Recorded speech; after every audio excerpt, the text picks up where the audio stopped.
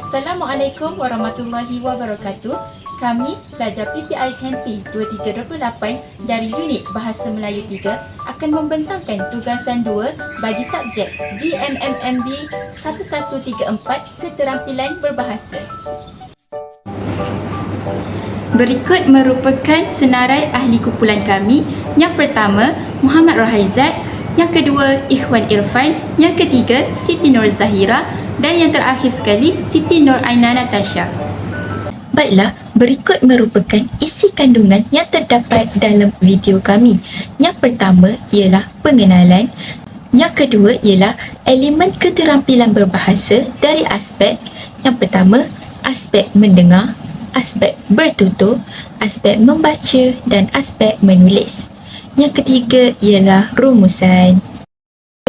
Baiklah, untuk pengenalan, menurut Kamus Dewan edisi keempat, itu pada tahun 2010, mendefinisikan keterampilan berbahasa ini sebagai kecekapan atau kemampuan yang tinggi, manakala maksud berbahasa iaitu mempunyai bahasa dan menggunakan bahasa serta mempunyai budi bahasa yang baik. Keterampilan berbahasa ini merupakan cara penggunaan bahasa seseorang ketika berkomunikasi, sama ada dari segi kesopanan atau kehalusan seseorang ketika berbahasa mengikut keadaan dan situasi yang bersesuaian dengan persekitarannya. Cara berkomunikasi dengan sopan amat penting kepada seseorang dalam berkomunikasi supaya tidak dianggap biadab atau kurang sopan, seperti penggunaan bahasa yang kasar dan bahasa yang digunakan itu digunakan untuk menolak permintaan seseorang tanpa mengecilkan hatinya. Baiklah, kita pergi kepada seterusnya, iaitu aspek keterampilan berbahasa. Aspek keterampilan berbahasa ini terbahagi kepada 4, iaitu aspek mendengar, membaca, bertutur dan menulis. Kita pergi kepada aspek mendengar. Aspek mendengar ini adalah keupayaan seseorang mendengar dengan teliti dan memahami perkara yang didengar dalam pelbagai situasi seperti perbualan, syarahan, ucapan, soal jawab dan sebagainya. Pada peringkat, terdapat 3 peringkat mendengar, iaitu yang pertama, peringkat awal. Pada peringkat awal ini hanya perlu mengecam bunyi, mengajuk bunyi, memilih bunyi, mendengar dan menyebut rangkai kata, mengecam makna perkataan, melakukan sesuatu yang diminta dan bertindak kepada soalan yang mudah. Untuk peringkat yang kedua, iaitu peringkat pertengahan, di mana ianya perlu mengecam dan mengingat fakta serta butiran secara terperinci, mengenal maklumat khusus, mengenal urutan, mengenal akibat dan sebab, dan mengenal situasi dan mengenal perasaan orang yang bercakap. Dan pada peringkat terakhir, iaitu peringkat maju, di mana pada peringkat ini seseorang itu perlu mengenal isi-isi penting, mengetahui fungsi-fungsi tekanan, mencari jalan mengatasi masalah yang didengari, mengikut aliran yang mengikut dalam dialog atau perbualan, dan mentafsirkan maklumat atau tujuan penutur dan menggunakan pelbagai struktur nahwu. Baiklah, untuk bentuk mendengar ini terbahagi kepada 4, iaitu yang pertama, mendengar secara pasif, mendengar secara berhati-hati, mendengar secara beremosi, dan akhir sekali mendengar secara kreatif. Aspek mendengar ini terbahagi kepada 3, iaitu fizikal, psikologi dan neurologi. Ia ialah aspek bertutur. Aspek bertutur mengikut Jauhari 2015 ialah satu kemahiran membunyikan bunyi-bunyi bahasa dengan mengujarkan kata-kata atau ayat mengikut nada dan intonasi yang betul. Aspek bertutur juga merupakan satu proses pertuturan yang berlaku di peringkat produksi, di mana setelah si penutur dapat mendengar dan memahami input yang didengari. Jadi, melalui kemahiran ini, mereka dapat memberikan respon terhadap apa yang mereka dengari. Terdapat 2 jenis bertutur. Yang pertama ialah pertuturan secara sehala, misalnya berpidato dan berceramah di mana hanya seorang sahaja yang memberikan input manakala yang lain akan menjadi pendengar. Yang kedua ialah secara dua hala seperti berbual dan forum di mana dua-dua pihak akan mengutarakan suara dan pendapat mereka. Berikut merupakan 3 peringkat bertutur. Yang pertama, peringkat awal iaitu pengucapan bertata tusila, mengajuk perkataan dan ayat yang didengar, menyoal dan membuat teguran. Ini bermakna peringkat awal merupakan peringkat pendedahan bagi seseorang untuk memulakan kemahiran bertutur. Yang kedua ialah peringkat pertengahan di mana penutur dapat melakukan deskripsi tentang objek atau gambar yang mereka lihat dan mereka dapat menceritakan berdasarkan gambar mengikut dan mereka dapat menceritakan sesuatu yang mereka faham berdasarkan gambar. Seterusnya, mereka dapat menghuraikan pengalaman. Yang terakhir sekali, mereka dapat membuat ulasan dan memberi pandangan secara mudah. Yang terakhir ialah peringkat maju di mana penutur itu dapat menerangkan sesuatu peristiwa, objek, permainan, proses dan sebagainya. Seterusnya, penutur juga dapat mengambil bahagian dalam perbincangan, perbualan atau dialog. Mereka juga bebas untuk bertanya atau mengongsi pendapat mereka di khalayak ramai. Seterusnya ialah 5 aspek pertuturan. Yang pertama ialah sebutan. Seseorang itu akan mempunyai kemahiran yang bertutur dengan baik apabila sebutannya itu tepat dan jelas mengikut bunyi, ejaan dan makna. Yang kedua ialah tekanan, di mana seseorang itu menggunakan tekanan pada tempat yang betul. Contohnya pada suku kata untuk menandakan keras atau lembut sesuatu pengucapan. Yang ketiga ialah intonasi. Seseorang itu perlulah menggunakan intonasi yang berbeza mengikut situasi supaya dapat membezakan jenis ayat yang dituturkan. Yang keempat ialah dari segi tata bahasa, di mana penggunaan tata bahasa hendaklah betul, misalnya dari segi fonologi, morfologi dan sintaksis. Yang terakhir sekali ialah kelancaran, di mana penutur dapat bertutur tanpa menghadapi sebarang masalah atau tiada gangguan semasa percakapan itu berlangsung, seperti kegagapan atau tidak dapat menyebut sesuatu perkataan dengan baik. Aspek menulis. Menulis adalah suatu kemampuan dan keterampilan dalam mengungkapkan gagasan, pendapat, fikiran, idea, keinginan atau perasaan yang ada di dalam fikiran kepada pihak lain melalui bahasa tulis atau karya tulis sehingga dapat dibaca dan difahami oleh orang lain. Menulis merupakan suatu keterampilan berbahasa yang digunakan untuk berkomunikasi secara tidak langsung atau tidak secara tatap muka dengan orang lain.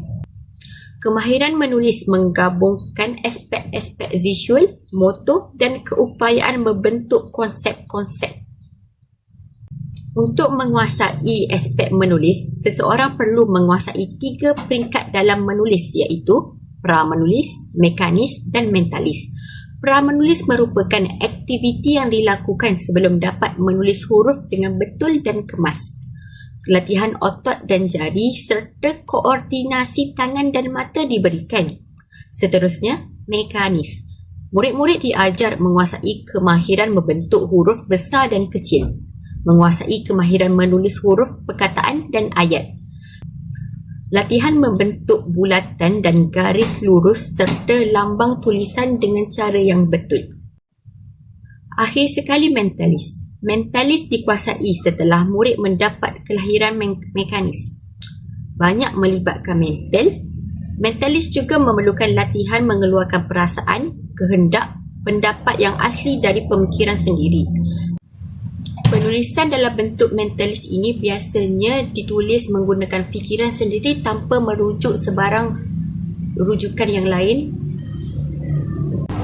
Baiklah, bagi aspek keterampilan berbahasa yang seterusnya adalah aspek membaca.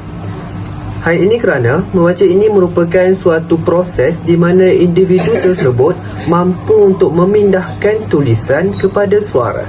Hal ini telah dibuktikan menurut Kamaruddin Haji Hussein dalam Seri Pendidikan Longman Pedagogi Bahasa pada tahun 1988. Membaca juga membawa maksud untuk menyuarakan tulisan dan mengambil isi fikiran yang tertulis dan memahamkan kandungannya. Proses pemikiran yang membina juga merupakan salah satu aspek dalam keterampilan membaca. Hal ini kerana untuk membina kebolehan untuk menilai, mengulas dan mengkritik apa-apa yang dibaca dengan tepat dan memahami situasi serta fikiran yang terbuka dan positif ini memerlukan kepakaran dalam aspek membaca. Seterusnya, proses membaca ini terbahagi kepada 4 proses. Yang pertama, mengenal dan memahami bahan yang dibaca. Kerana apa? Sebelum kita ingin menganalisis ataupun membuat bacaan yang lebih mendalam, kita perlulah mengenal dan memahami terlebih dahulu apa-apa konteks yang akan kita baca. Seterusnya yang kedua, menghasilkan kefahaman pembaca. Dan yang ketiga, berfikir, mencuba untuk membayangkan maklumat yang dibaca. Kerana apa? Apabila kita mencuba untuk membayangkan apa yang kita baca, sudah tentu kefahaman itu akan wujud dengan lebih lagi. Dan yang terakhir iaitu proses membaca yang keempat, di mana individu-individu ini telah mengintegrasikan segala aspek yang berkaitan dengan tujuan untuk membaca. Seterusnya, jenis-jenis bacaan juga terbahagi kepada 4, iaitu yang pertama, bacaan mekanis. Di sini menyuarakan bacaan dengan jelas bagi menangkap dan memahami informasi. Dikenali sebagai bacaan mekanis. Fikiran dan perasaan seseorang pengarang dengan lebih tertumpu kepada usaha menganalisis pengucapan atau sebutan. Yang kedua, bacaan mentalis di mana membaca secara senyap yang melibatkan ingatan visual dan pengaktifan mata dan ingatan. Yang ketiga pula iaitu bacaan intensif yang memerlukan ketelitian dan melibatkan telaah isi dengan terperinci sesuatu bahan bacaan. Dan yang keempat pula merupakan bacaan intensif di mana tinjauan sekilas dangkal berlaku pada tahap ini, iaitu yang berlaku pada jenis bacaan ini. Dilakukan sebelum memulakan sesuatu bacaan, memeriksa tajuk, isi kandungan serta rujukan terlebih dahulu. Baiklah, secara rumusannya yang dapat saya simpulkan di sini, aspek-aspek keterampilan berbahasa ini merupakan salah satu aspek yang penting dalam menjalani kehidupan seharian dengan tenang dan harmoni. Namun, terdapat juga banyak isu keterampilan berbahasa yang menyebabkan halangan komunikasi dalam keterampilan berbahasa ini berlaku. Oleh itu, tegasnya di sini, semua masyarakat di Malaysia perlulah bergandeng bahu dengan meningkatkan keterampilan berbahasa masyarakat di Malaysia supaya rakyat mampu untuk berkomunikasi dengan lancar dan tenang. Hal ini bagi melancarkan aktiviti seharian khususnya kepada anak-anak yang masih lagi di bangku persekolahan agar mereka sentiasa menguasai setiap pembelajaran yang mereka perolehi. Itu sahaja untuk pembentangan elemen keterampilan berbahasa ini. Seterusnya kita pergi ke simulasi pengucapan awam. Perpaduan asas pembangunan negara. Perpaduan teras keharmonian negara. Perpaduan nadi transformasi negara. Perpaduan jitu negara terbilang. Assalamualaikum warahmatullahi wabarakatuh. Salam ukhuwah, salam satu Malaysia dan salam perpaduan. Bercincin ratna tanda berpunya, indah berbusana umpama dewi. Perpaduan nasional penyatu warga, kemajuan negara kita realisasi. Bersyukur kita kehadrat ilahi kerana dengan izin dan limpah kurnianya dapat kita bersama dalam sidang forum kita pada hari ini. Perpaduan nasional menjana kemajuan negara. Jadi itulah tema wacana ilmiah forum kita pada hari ini. Saya kira ini merupakan satu isu yang sering meniti dari bibir ke bibir masyarakat, ibarat tak lapuk dek hujan, tak lekang dek panas. Sebelum saya meneruskan lebih lanjut tentang tajuk forum kita pada hari ini, sukalah saya untuk memperkenalkan ahli-ahli panel kita pada hari ini. Baiklah, di sebelah kanan saya ahli panel yang pertama. Apa khabar saudara? Kabar baik, saudari moderator. Cantik sungguh ya saudari hari ini. Gunung bernama Jajaran Titiwangsa, tegak kukuh dalam wawasan. Perpaduan jalinan berbilang bangsa, ibarat tenunan tekad warisan. Dan saya, saudara Ikhwan, sebagai panel pertama forum pada hari ini. Terima kasih saudara.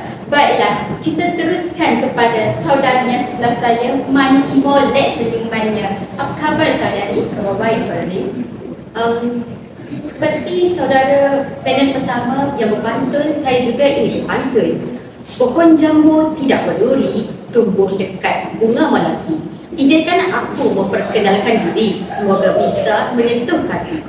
Saya, Siti Nur Aina Natasha binti Cik Rusuh, selaku panel kedua pada forum kita pada hari ini. Terima kasih saudari Aina Natasha.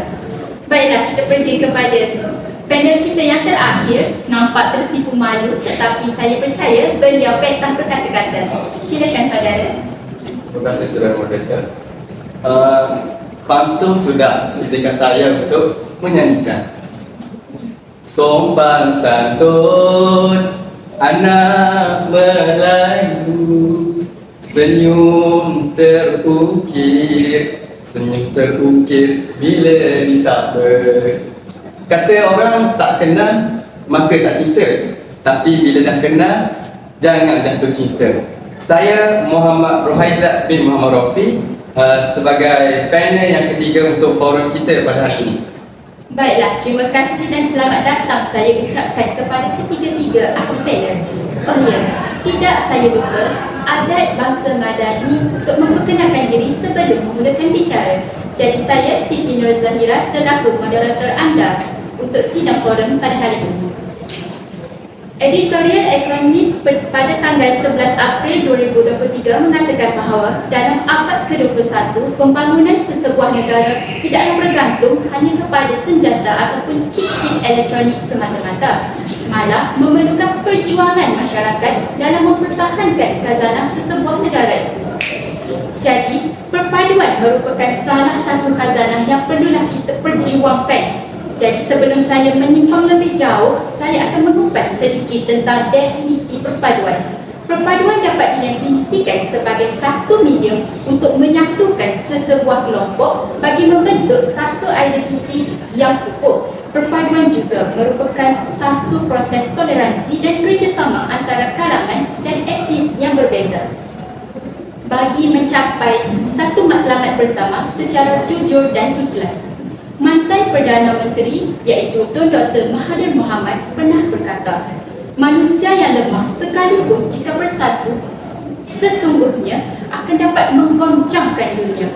Demikianlah kesannya perpaduan. Jadi setelah saya mengupas sedikit sebanyak tentang maksud perpaduan, sekarang saya ingin meminta panel kita yang pertama untuk memberikan pendapatnya tentang kepentingan perpaduan kepada negara kita yang tercipta ini dari aspek pendidikan. Silakan saudara. Terima kasih saudari moderator. Hadirin, ulat air kerana pembentuk, ulat manusia kerana muafakat. Pernahkah hadirin tertanya apakah yang dimaksudkan dengan peribahasa tersebut? Jadi, peribahasa tersebut menekankan kepentingan permufakatan dalam kalangan masyarakat, khususnya dari bangku persekolahan. Kerana apa? Murid-murid ini mempunyai masa yang lebih banyak di sekolah di samping masa mereka berada di rumah. Sinonim dengan tajuk forum kita pada hari ini iaitu perpaduan. Tanpa perpaduan binasalah sesebuah kerajaan tersebut.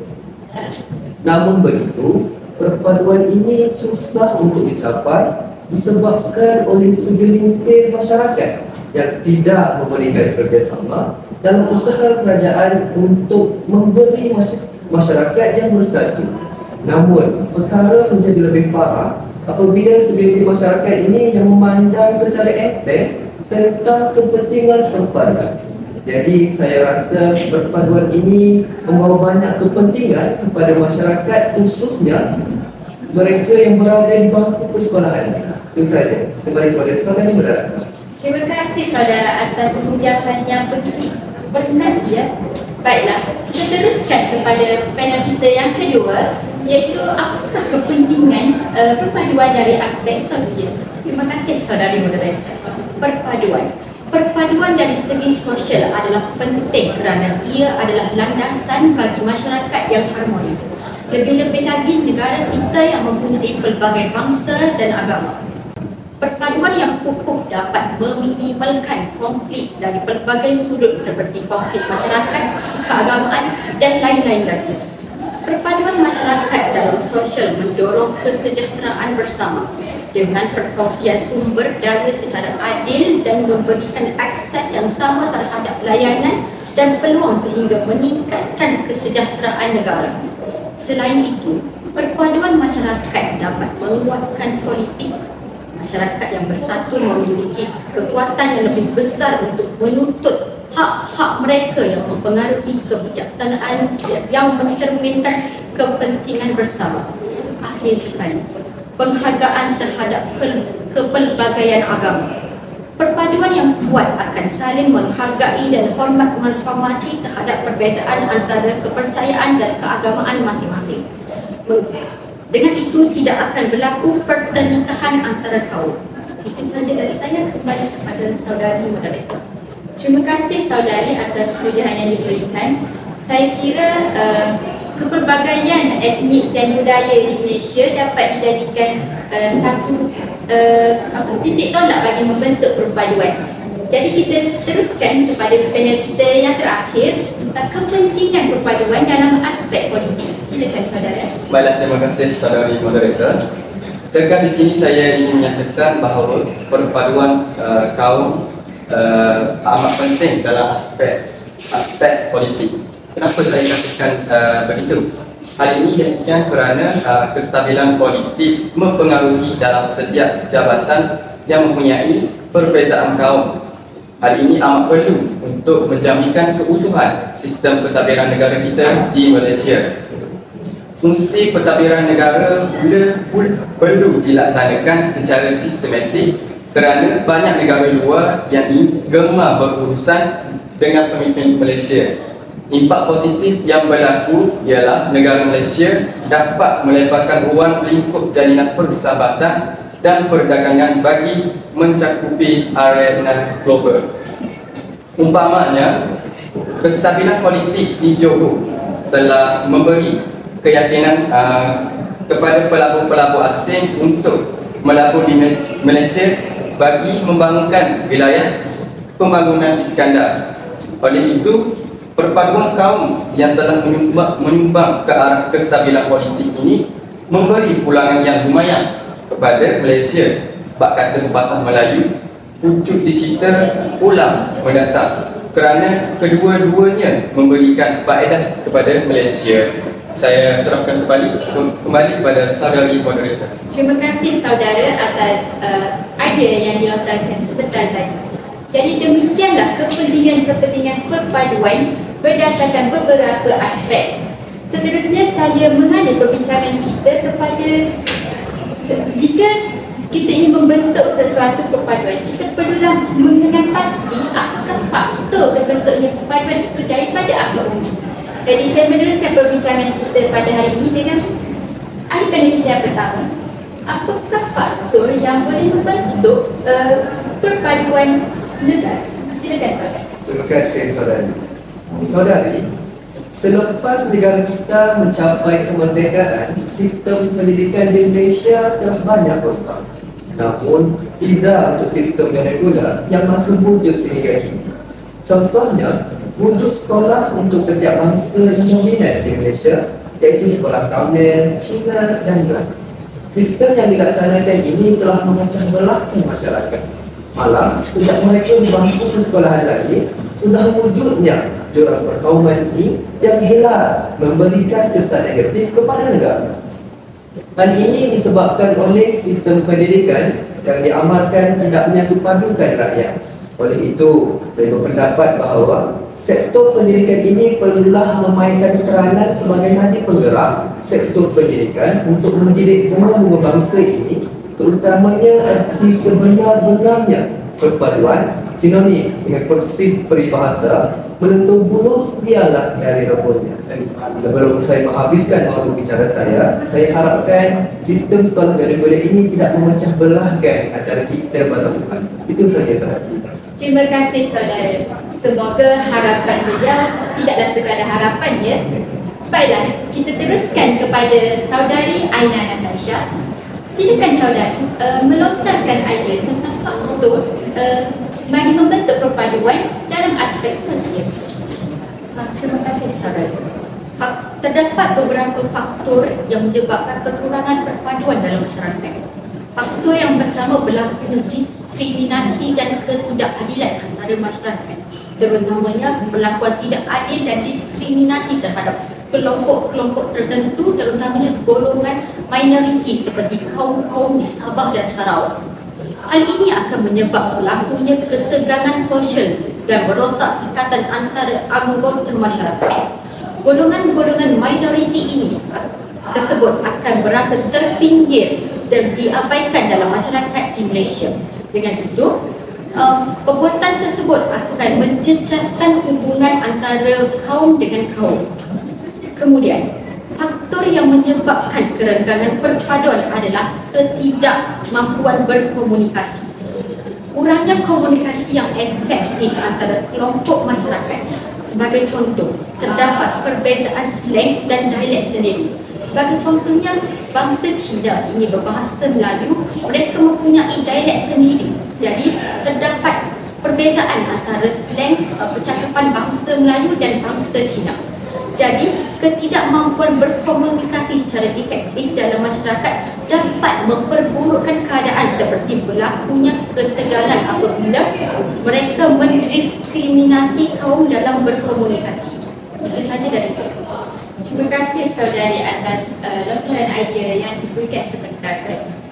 Tanpa membuang masa lagi, saya ingin menjemput panel kita yang ketiga untuk mengupas serba sedikit tentang faktor bagi aspek politik. Silakan saudari. Terima kasih saudari moderator. Untuk pengetahuan semua, faktor politik ini merupakan faktor yang paling utama penyebab perpaduan kaum di Malaysia susah untuk dicapai. Hal ini demikian kerana dasar penjajah yang menyebabkan kaum di tanah Melayu pada zaman dahulu saling mencurigai.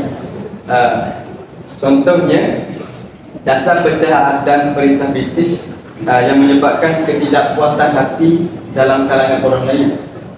Jarak sosial serta pengasingan kaum antara kumpulan-kumpulan etnik seolah-olah sengaja diwujudkan dan dikekalkan oleh pihak British demi kepentingan dan keselamatan negara, keselamatan diri. Semasa penjajahan British dahulu, perpaduan kaum tidak diutamakan. Bagi mencapai tujuan ini, kerajaan British telah dengan sengaja menetapkan status dan peranan yang berlainan bagi kaum-kaum Melayu, Cina dan India. Sebagai contoh, orang Melayu digalakkan menetap di kawasan dua bandar, manakala orang Cina tinggal di lombok-lombok dan orang India tinggal di estet-estet. Kesan daripada tindakan British ini telah menjadikan perpaduan kaum di Malaysia tidak dapat dipupuk khususnya dalam pentadbiran negara kita, sehingga menyebabkan perpecahan dalam kalangan pemimpin kita pada hari ini. Namun perkara ini bukan menjadi satu masalah sekiranya pemimpin-pemimpin kita sendiri yang memupuk perpaduan dalam pentadbiran negara kita. Saya serahkan kepada saudara moderator. Terima kasih diucapkan kepada ahli-ahli panel yang petah berkata-kata dan lontaran idea yang sangat bernas ya. Jadi berdasarkan idea yang diutarakan sebentar tadi, sesungguhnya perpaduan mampu untuk memberi impak yang begitu besar kepada sesebuah negara. Tetapi saya yakin dan percaya bahawa setiap penyakit ada ubatnya. Jadi setiap masalah ada penyelesaiannya. Jadi, apakah tindakan sewajarnya dilakukan agar perpaduan di negara kita ini dapat dikekalkan? Antara langkah yang boleh diambil termasuklah melakukan aktiviti pelihara rimau. Melalui aktiviti ini, masyarakat berpeluang untuk saling mengenali antara satu sama lain. Hal ini sedikit sebanyak menyumbang kepada pembentukan perpaduan negara kerana terbentuknya rakyat yang saling menyayangi antara satu sama lain.